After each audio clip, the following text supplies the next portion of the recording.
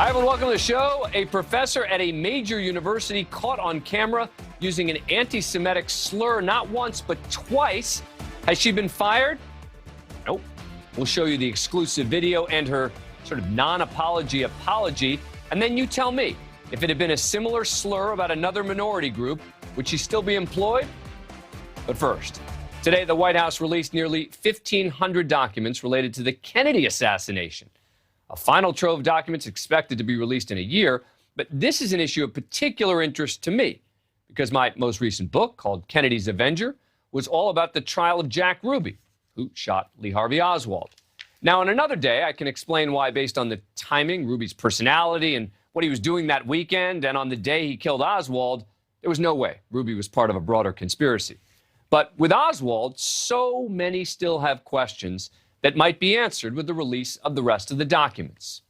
The Warren Commission, led by then Supreme Court Chief Justice Earl Warren, was supposed to get to the root of who assassinated JFK. Its primary findings in 1964, JFK was killed by 2 shots fired from the 6th floor of the Texas School Depository in Dallas, and that assassin, Lee Harvey Oswald, acted alone, not as part of a larger conspiracy.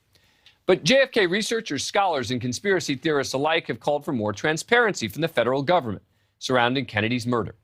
For decades, spanning 11 presidents, the secret documents related to the killing have been kept out of the public eye. This despite Congress passing a 1992 law mandating the full release of all Kennedy assassination documents by October 2017. President Trump and later President Biden both used provisions allowing the White House to postpone the release of those documents based on national security concerns this much time later. The Trump administration began releasing some documents in July of 17, more documents coming out that fall. In total, more than 31,000 pages were released between October and December of 17. Another 19,000 were released in April of 2018. The Trump administration stopped short of releasing all the remaining documents. And then this October, President Biden ordered the National Archive to restart the process of declassifying and releasing the documents, with releases scheduled for today and again on December 15th, 2022. According to the National Archive, more than 90% of the records on Kennedy's death have been released. So what was in the documents released today? Bring in Jefferson Morley, editor of the JFK Facts blog, who has reviewed the documents released today. In addition to the rest of the documents, he's also the author of a number of books on the Kennedy assassination, including The Ghost, The Secret Life of CIA Spy Master James Jesus Angleton. Thank you very much for coming on the show. We appreciate it. So, thanks for having me, Dan.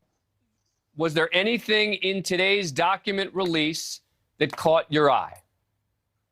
A couple of things. One, that the CIA provided a lawyer for Johnny Rosselli, a mobster under investigation for Kennedy's assassination. His lawyer, Ed Morgan, it turns out, was working for the CIA. So that's one thing that came out. But, you know, Dan, you can't do historical research on deadline. 1,491 documents were released today. I looked at 150 of them. The important thing to understand here is there were 15,834 JFK documents that had that had redactions yesterday. Okay, and today there are 14,000. They only released 10% of the secret JFK files. So it's really a paltry release, and it continues the CIA's record, unbroken, of 58 years of deception, delay, and deceit around the JFK records. So, and it's a shame. Why do you think that is? I mean, look, you know, my theory on the CIA's reluctance to release a lot of these documents has been the sort of, I guess you could call it the mainstream view, right? Which is that there's information related to other cases, to how they were going to kill Castro, to other issues that could be sensitive. And by the way, the fact that the CIA was not candid when they talked to the Warren Commission. I think we know that the CIA and the FBI were not entirely candid, but none of that necessarily means that there was a conspiracy. It does, though, lead you to ask the question, what could possibly be so sensitive now, this many years later? I think that there's an undisclosed CIA operation involving Lee Harvey Oswald before the assassination. One thing that we learned since the Warren Commission was just how much the CIA knew about Lee Harvey Oswald before President Kennedy was killed. The CIA told the Warren Commission, we really didn't know anything about this guy. And since the 1990s, we know that was a lie. They knew quite a bit about him. Very senior officers were reviewing Oswald's file about 6 weeks before Kennedy was killed. So what are they hiding? Well, I think your view in large part is correct. They're hiding information that's not related to the JFK assassination. But if you look at the history of the CIA's handling of demands for their information about the assassination, they have always withheld every step of the way significant information. So I can't prove that your interpretation is wrong. It's a reasonable interpretation. If you trust the CIA, it's perfectly plausible. But I think if you look at their record, they don't get the benefit of the doubt. So I'm not going to pass judgment until all the documents are out. Right, but you don't have to trust the CIA to take my point of view, right? I'm saying that I think that there has clearly been deception over the years on the part of the CIA about the Kennedy assassination. But I think it has been to cover their butts, and they are then saying, right? I mean, so I'm not saying that I therefore trust them, but I am saying that I think that the idea that they were somehow connected in the killing of John Kennedy, that I have not seen any evidence, any credible evidence to support that, and don't expect that we're going to find any as more documents are released. Well, you know, one thing to look at is what have we learned about this over the years? And one of the very striking things that I think people don't know is just how many people did not believe the Warren Commission ever. Not conspiracy theorists, people like Lyndon Johnson. He appointed the Warren Commission. He publicly endorsed its findings. Privately, he never believed it. Jackie Kennedy, the closest witness to the crime, publicly endorsed the Warren Commission's findings, never believed it. She and her brother RFK always believed that Jack Kennedy was killed by domestic enemies. Charles de Gaulle thought that. Fidel Castro thought that. Right, but you have to admit that, but that's all speculation. Right, but that was all speculation on their part, meaning they didn't have evidence or any. It was a hunch. Lyndon Johnson didn't have evidence in the case of I was talking about predecessors. I'm talking about Jackie Kennedy. These were very well-informed people. Fidel Castro was an expert on CIA assassination conspiracies, having survived hundreds of them. So I think that their expertise should be taken seriously. Those are not uninformed views. Joe Califano, cabinet secretary, John Kerry, senator, presidential candidate. They do not believe the official story. Lots of people believe. But as you know, Jefferson, wait. But there's a little bit of wordplay there, right? Not believing the official Warren Commission. You can say we know there were mistakes in the Warren Commission. We know they got things wrong. Period. That's a fact that they got certain things wrong. That's different from saying that all these people out there don't believe that Lee Harvey Oswald acted alone. I get that Jackie Kennedy didn't believe that. That doesn't surprise me. I've read that as well. But the notion that there's there's this mass group of reasonable people who have studied it, of course, few have studied it the way you have, who have studied it carefully, who believe that the Warren Commission was wrong in its fundamental finding, I think is pretty small, particularly in the wake, and I'm going to give you a final word on this, after the 78 investigation, after the mistakes that they realized that they made. But you give us a final word on this and where we're going to go from here in terms of these documents. You know, they continue to withhold most of the relevant secret JFK documents. We got 10% of them today. To me, that indicates that they do not want to comply with the law. And the most reasonable assumption, I think, is that they have something to hide. I mean, why else would you hide so much unless you had something to hide? But again, they could have something to hide that isn't necessarily related, right, to the Kennedy assassination per se. And that becomes the big question. That is the question. But look, but and we can't decide look, at that Jefferson question. Morley, I give you a lot of credit for your consistency in demanding. You've been one of the few people who's been out there again and again demanding the release of these documents. And it doesn't seem to be, to me, based on what I've read of your work, that it's based on some definitive view of what happened. It's based on a demand that the documents be released because we need to see them. And I admire that and respect that. And I thank you for coming on the show. Thank you, Dan. We need the complete historical record of Kennedy's assassination, and we don't have it yet. Coming up, for all intents and purposes, Andrew Cuomo has been canceled. And now the embattled former New York governor has been ordered to turn over all the money he made from his memoir. Boy, when there's blood in the water and the mob takes over, all reason goes out the door. I'll explain why it's a long shot the state will ever be able to recoup all that money. Up next. Former Governor Andrew Cuomo, out of a job, has been sort of charged with a sex crime. We've talked about that before. Is now being ordered to give back millions of dollars he made off of a book he wrote at the height of the pandemic. But as has been the case with so many parts of this story, I have serious questions once again about whether the ex-governor is getting a special type of justice called mob justice. The ruling handed down on Tuesday by a New York State ethics board called the Joint Commission on Public Ethics voted 12-1 to force Cuomo to turn over $5.1 million that he made from his memoir titled American Crisis: Leadership Lessons from the COVID-19 Pandemic.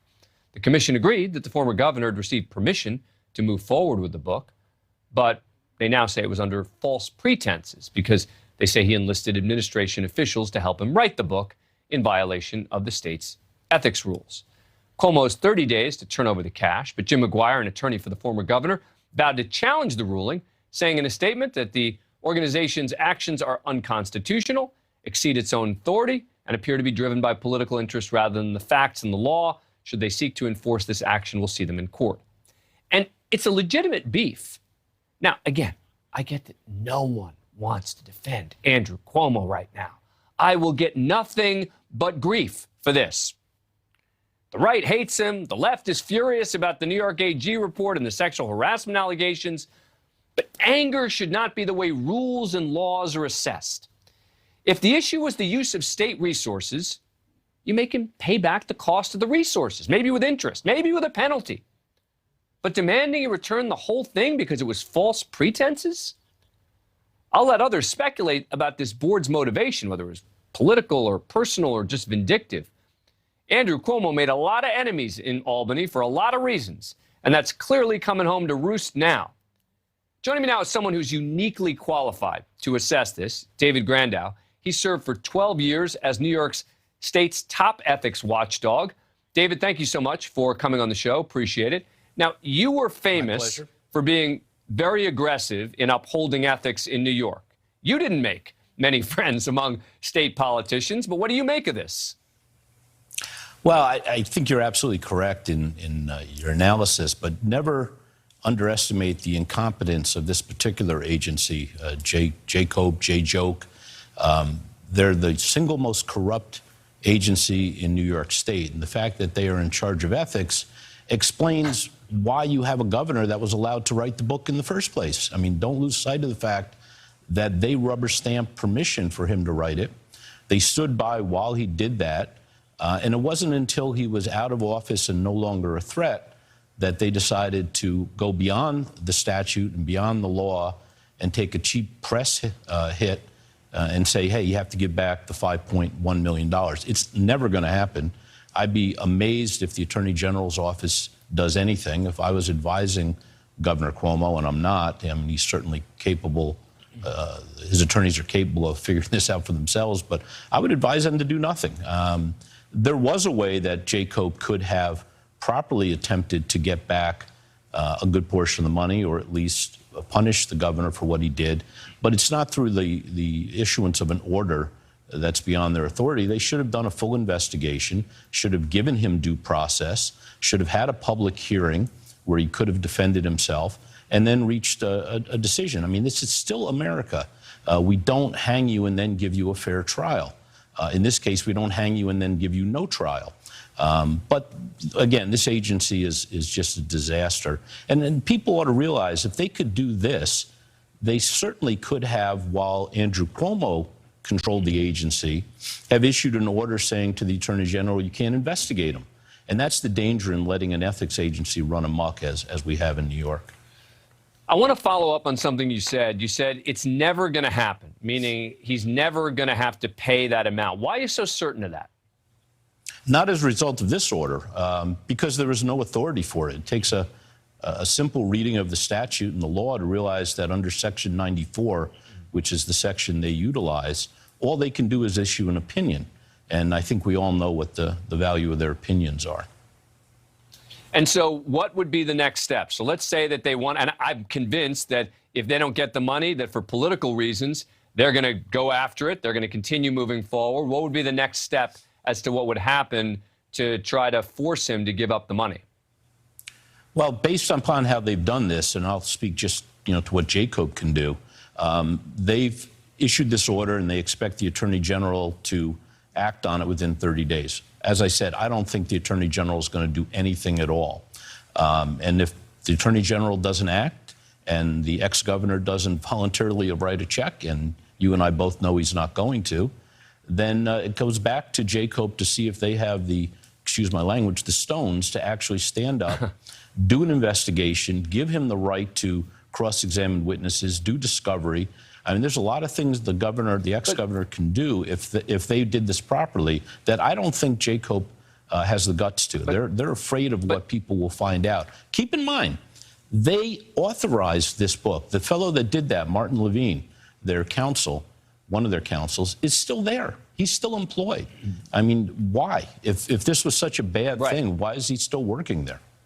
Well, as you know, their argument is that it was, false pretenses, et cetera. But you're suggesting that the Attorney General won't follow up on it. And seeing what this Attorney General in New York has done, Letitia James, she's the one, of course, who led this investigative process.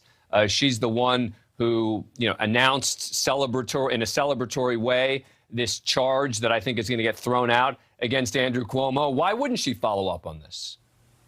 Because she's going to lose. I mean, if she tries to enforce this order and collect the $5 million, you've heard the governor's attorney say they'll take it to court, and they win. And I don't think the Attorney General wants to do something where they can't control the outcome. Keep in mind, her report that triggered most of this stuff, there's been no review of it by an independent, outside judicial entity. No court has said, okay, you're right. This entire thing, and I'm no fan of or defender of the governor. We've had our run-ins over the years.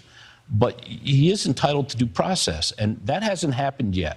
It would be the equivalent of the Albany County Sheriff's Office indicting him, trying him, and executing him without ever giving him his day in court. Well, look, and that's why I wanted to do this segment. I've said this before. I'm going to say it again. This is not an effort to defend Andrew Cuomo. People are going to accuse you, they're going to accuse me of defending Andrew Cuomo, and yet this is an effort to defend the way that the process is supposed to work. That's it. Is that so much to ask? David Grandow, thank you so much for coming on the show. Appreciate it. My pleasure.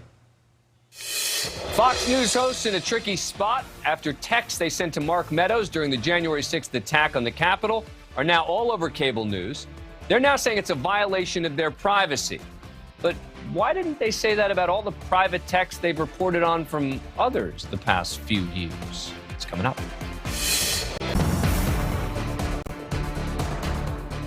Time now for our Mediaite Moments, where we check in on the day's bias, buzz, and bull in the world of cable news and beyond. Fox News found themselves in a tricky position last night when some of their primetime hosts had to cover news made by, well, them.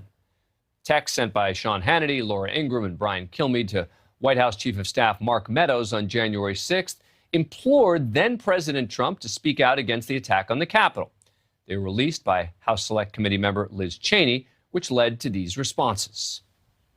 In a weak attempt to smear yours truly, and presumably, I guess, President Trump, Congresswoman Cheney presented one of my text messages from January 6th to Mark Meadows.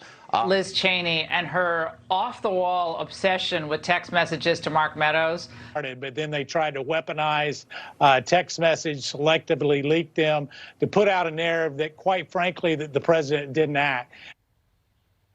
Blaming Liz Cheney for leaking the texts is predictable, but the idea that these texts were an effort to smear them doesn't make a lot of sense, since all the hosts defended their efforts to try to get President Trump to stop the attack on the Capitol. And in my mind, rightfully so. It's not a smear if it shows you doing the right thing, right? But another attack they waged was that releasing these texts, which had been lawfully obtained by congressional subpoena, was an invasion of privacy. Is there any privacy in this country anymore, or do they get to release thousands more of individual private citizens' texts? We now live in a country where none of your private communications are safe from the eyes of power-drunk politicians like Liz Cheney. This is an attempt to silence conservatives like you and I from communicating before the 2022 election. Now, I have expressed a similar sentiment in the past about private leaked information. It makes me uncomfortable. But they seem to be suggesting that leaked texts or emails shouldn't be released.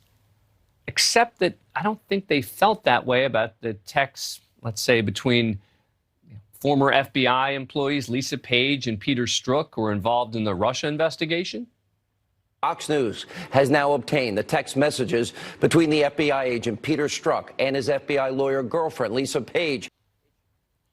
And of course, Chris Cuomo's personal text messages to his brother's aide was reported on Kilmeade's show, Fox and Friends. According to private text messages and investigative review and interview transcripts made public by the Attorney General here in New York, these text messages revealed that he also asked journalists what they knew about his case. And who could forget the Hunter Biden messages mysteriously leaked from his laptop? Senator, your reaction to that story from the New York Post today, based on emails between Hunter Biden and Burisma officials. So apparently they only believe that private texts are fair game if the private texts are someone else's. Now, this issue even came up when Jussie Smollett revealed private texts with CNN's Don Lemon, which Fox's Todd Pirro felt was a journalistic sin. This could go back to the whole CNN journalistic questions. Should we be helping the people that we cover overtly like CNN does? So texting someone that is a subject in the news is off limits unless it's not. Look, again, I think the Fox News host did the right thing in writing to Meadows, but you just can't have it both ways. That's our wrap-up of the day's Media Bias and the Bull. Coming up, caught on camera, a professor using a terrible anti-Semitic slur, not once, but twice. The major state university knows about it. Guess what? She's still teaching. We'll show you the disturbing exclusive video and ask if it was a slur about a different group, would she still be employed? Up next. I received an email this week about an outrageous anti-Semitic slur mentioned by a professor in an Ohio State University classroom. It's a major state-funded university. My team checked it out and can now report that what we're about to play for you is an assistant professor at Ohio State University named Jackie Buell. And this is what she told her Nutrition for Fitness class on October the 18th. HCHRSC 4530 with Dr. Jackie Buell. It's Nutrition for Fitness, Human Nutrition. And I was looking through her lectures, studying for the final, and I heard this. She's discussing how she used to go down to Mexico, and she would go to the shops in Mexico. Well, we go down there, and you're just enjoying the whole shopping environment. Anybody been to Mexico? You know, I mean, Jewing people down is the way of the world down there, right? You want to buy a blanket and it has $5 on it, and you say, I'll give you $2 for it. And they say, no, you just start walking away, and they say, $3. Right? They just want to get what they can out of it. But now they come to this country, we get people that come in the market all the time that want to Jew us down on the vegetables, right? And Yesterday, Buell emailed her class an apology saying this: I've received an email today that has me stirred up emotionally. Please know that my language in class never meant to be offensive to any particular group. I have never associated the word Jew with any particular person or group, and I'm sorry to have offended anyone. As I responded to the person whom I did not know, we all have blind spots, and I hope as learners in an academic environment, that we can have conversations about these blind spots in an open and honest way. Now, let's even accept that she never intended for it to be offensive. But she has never associated the word Jew with any particular person or group? And she's a professor? Sorry to have offended anyone. Just imagine for a moment if that was a different word referring to a different group. We reached out to Ohio State for comment. They responded saying Jackie Buell is employed by The Ohio State University as an assistant professor. This matter is under investigation, and we cannot comment on specifics. The university is committed to preventing and responding to all forms of discrimination. We reached out to the professor as well, and she did not respond. Look, I hate cancel culture. If she truly apologizes with a more sincere apology, I'm certainly not going to call for her to be fired. But you tell me, if she had used a similar word to disparage a different minority group, would she still be employed at Ohio State tonight? Joining us now, James Pash, the regional director for the Anti-Defamation League that serves Ohio, West Virginia, Kentucky, Western Pennsylvania, et cetera. Thanks for joining us. Appreciate it.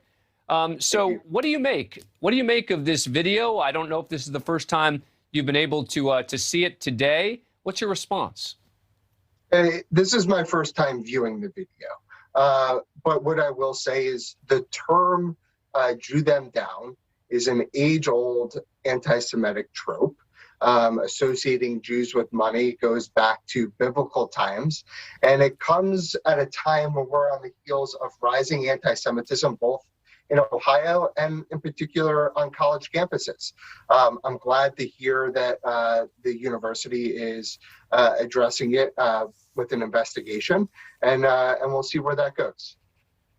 What did you make of her apology? I mean, I was just sort of stunned that it sounds like her defense is that she didn't know that the word Jew is associated. I mean, I know this is not a laughing matter, but it is almost humorous. The idea that a professor at a major university doesn't know that the word Jew is associated with a particular person or group. Yeah, I will say when it was on screen, it's the first time that I'm also hearing or seeing the apology. What I'll say is that the entire situation speaks to a need for more education, truly a learning moment. And so, Ohio State University has a strong Jewish life on campus.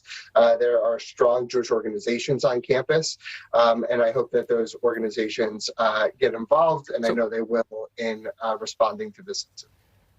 So as I said before, and I mean this, I'm not looking for blood, right? I don't like people getting fired for a single incident. I think it's bad for the country, et cetera. What can she do you think, to sort of redeem herself? Let's say we believe her, that she didn't know, she didn't realize. We accept all of that. What can she do now that can allow us to move forward and be productive and maybe allow her to keep her job?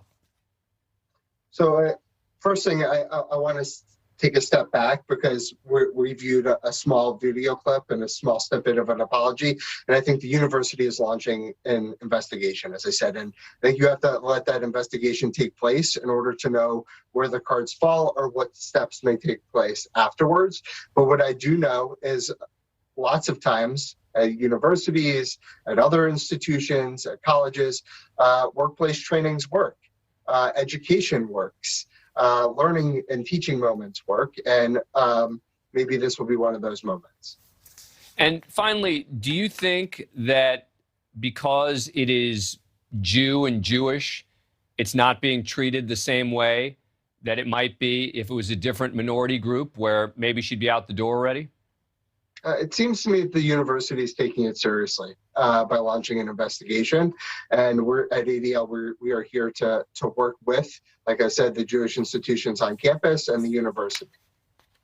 Look, and I appreciate the fact that you're taking a very reasonable view of this because I'm trying to do the same thing, right? I'm not trying to sort of, go bananas about the clip itself. I was actually more bothered by the apology than I was about the clip to some degree. And I think it's very important that an organization like yours does take a sort of measured approach but takes this stuff seriously. And I think that's exactly what you're doing. So, James Pash, thank you so much for taking the time to come on the program. I appreciate it. I appreciate you. Thanks. Take care. Coming up, O.J. Simpson is no longer on parole. He got off early. And wait till we tell you what got him out of it. Coming up.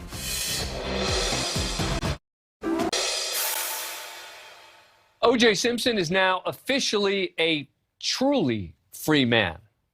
He was still on parole, being monitored, watched, evaluated, checked on until last week when he was granted an early release from his parole related to his conviction for a 2007 armed robbery. The Nevada Parole Board releasing him nearly 3 months early from his 4-year parole sentence. Why? In 2008, Simpson was convicted of armed robbery and kidnapping after he and a group of 5 other men held sports memorabilia dealers at gunpoint in a Las Vegas hotel room in an effort to, according to O.J., get his stuff back. He was sentenced to spend 9 to 33 years behind bars.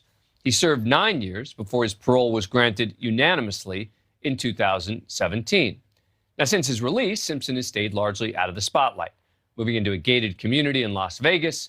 But he does frequently post on Twitter about football, and even once offered a hint about how he may have been able to get out early. He took a victim impact course.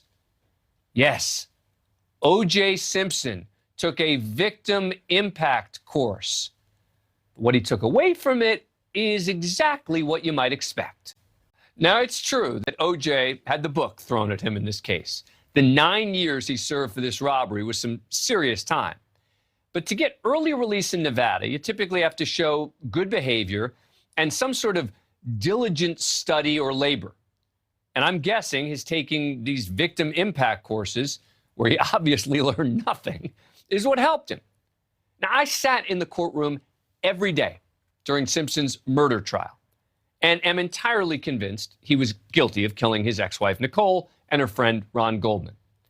And O.J. still owes the Goldman family a lot of money, like tens of millions, and he's doing everything he can to avoid paying up. Simpson's currently retired. He lives off his NFL pension, which legally he does not have to give to the Goldmans. So he gets off on the murder charge, has avoided paying almost any of the civil judgment, and now he gets off parole early. Joining us now is Nevada attorney Adrian Lobo. Thank you so much for coming on the program. Appreciate it. All right, so explain to us under Nevada law why you think he was able to get off 3 months early. So if I can back up and just tell you a little bit about Nevada procedure and the way in which it works. So when an offender is going to be released from prison, they're given a supervision agreement that delineates their terms. To get to, have your parole terminated early, you have to complete each of those requirements. And what I can tell you and your viewers is that, at least in the state of Nevada, that a parolee that is on supervision can earn up to 30 days per month of credit. So when he was authorized to be out on parole, he had a projected date of February of 2022. And on that date in February 22 is when indeed he should have been released. Now, when the Nevada Parole Division calculates it, they are obviously taking into consideration that the offender that they are indeed supervising is absolutely going to comply with those terms. And at least from my review of the records, it appears that he did, because he was granted an early release. I do not know the reason why this was terminated 2 months in advance, but I can say indeed there is a provision in the statute to allow that to happen. And you can earn additional credits by taking the sort of course that he was talking about, right? This sort of victim impact course. Absolutely. But let's be clear about that. The course that you're speaking of, right, is the course that he took was in order to get to be even eligible for parole.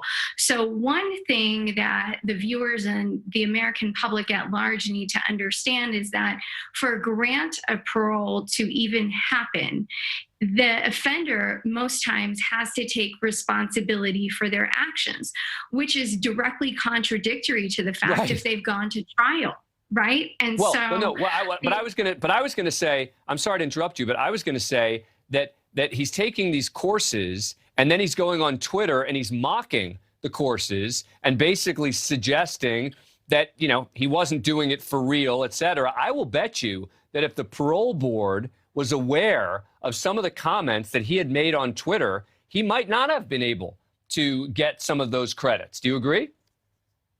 Well, I can't comment upon that because I don't know what necessarily the parole board did or did not know. But I think that one thing we all must keep in mind, and it's very hard to do so when you have an emotional set of facts that are tied with an emotional history where a certain person has gone to trial and been acquitted. And I heard what you said. You believe that indeed he was guilty of those things and that the jury got it wrong. However, you and I both know as counselors that we must indeed respect the jury's verdict and finding. Well, and if no, they found him not guilty.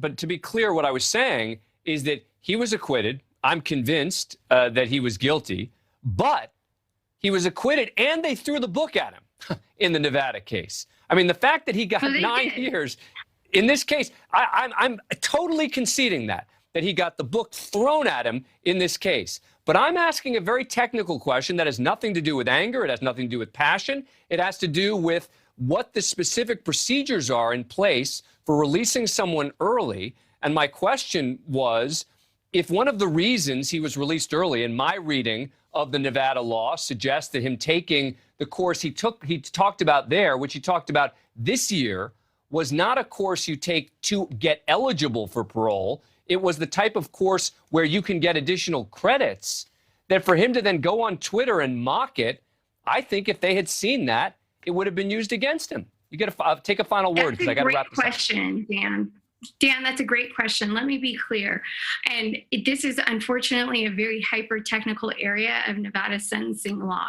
So when a person such as O.J. Simpson is obviously convicted and sentenced to serve a sentence, the category of crime matters in the state of Nevada. He was sentenced to 9 to 33 years. And in the state of Nevada, you will do 9 years on the bottom. There is no good time credits. So anything that he did was definitely not going to get him any sort of break on that bottom end of 9 years. And he met his first boards, which is obviously something that every offender wants to do. But indeed, he met that. And the victim class had nothing to do with getting any sort of credit. So if that is the worry or the concern, he did not get a break. No, but I'm not certain that that's true. Again, I think that the victim class may have helped him get additional credits to be released early, as I read from the statute, talking about labor or study, and that's the kind of study. Are you saying that that's not the kind of study that could make him at all eligible for credits? I only have 10 seconds left. Yes, and unfortunately, I need more than 10 seconds, but I'll tell you this. No, that is indeed not the course that could get him credits on a parole early termination hearing. That indeed just put him in a better light to be able to say to the parole board, because the parole board wants to hear contrition. Okay, fair enough. They want to hear fair enough. Look, that. And that's why, no and that's why we have you on, because you are an expert in Nevada law, and I am not.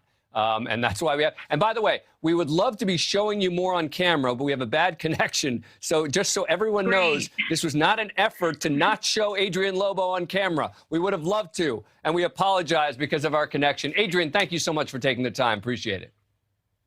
Thank you so much, Dan. Thank you for having me on. Coming up, a man rear-ends an unmarked police SUV, then steals it. We're on scene with police and have the incredible body cam video up next. We're on scene tonight with body cam and dash cam video from the Corona, California Police Department. An officer was on his way to work in an unmarked police vehicle, a Ford Explorer, when he was rear-ended on an expressway, causing a spin-out. Now, witnesses say the suspect, Juan Perez, did it intentionally. As the officer pulled over, Perez got out of his car, and we're about to see what happened next from the officer's radio communication. Yeah, I was just involved in a TC 91. westbound in front of Fort Van Buren. Witnesses are telling me a suspect has a gun, and he's coming at me right now. The officer took cover as the suspect opened fire, and the officer shot back. No one was injured in the shootout. Witnesses saw it and posted a video to TikTok. Oh my God, they're shooting. He got out of the car. Oh, he got. Go. Go. Oh, fuck no.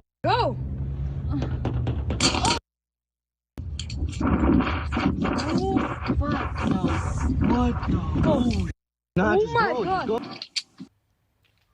As the officer used the SUV to shield himself, Perez drove off in the vehicle. Police found it later abandoned in a parking lot. Officers then found Perez in a nearby apartment, took him into custody.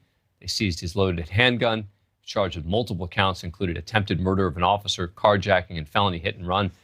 Joining me now is Chief Anthony Paparo from the Yeadon, Pennsylvania Police Department. All right, Chief, thanks for joining us again. Take us through what we just saw here from an officer's perspective. Yeah, it's an intentional act. I mean, he's now a target, and the problem is the level of hatred towards police is just out of control in this world. He gets out, and what he's got to worry about, when the guy's coming towards him with a handgun, he's got to worry about where his rounds are going to go. So at one point, he actually goes into traffic and is firing back towards the bad guy, but his rounds are going towards like the wall. So if he has an errant round directed at the offender and he misses, he's not going to hurt anybody. Where the offender, he's just shooting at the officer. And I don't know what's going through his mind that he just deliberately did that. But again, then he takes off in the officer's car. And again, most police cars are carrying extra weapons. So the officer's worried about that. He's worried about the public. There's a lot going on in his head when he's involved in an actual gunfight with this guy. All right, Chief, I apologize. We wanted to spend more time with you on this, but we ran out of time. Thank you so much for coming on the show. As always, we appreciate it. Good seeing you. Chachi. Always a pleasure. Thank you. Thanks, Dan. Before we go, next week on Dan Abrams Live, join me as a live guest on NewsNation. We'll talk about the day's biggest stories from your point of view. Try to prove me wrong. It's newsnationnow.com/DAL. Thank you for watching. Click the red subscribe button below so you can get more of NewsNation's fact-driven, unbiased coverage.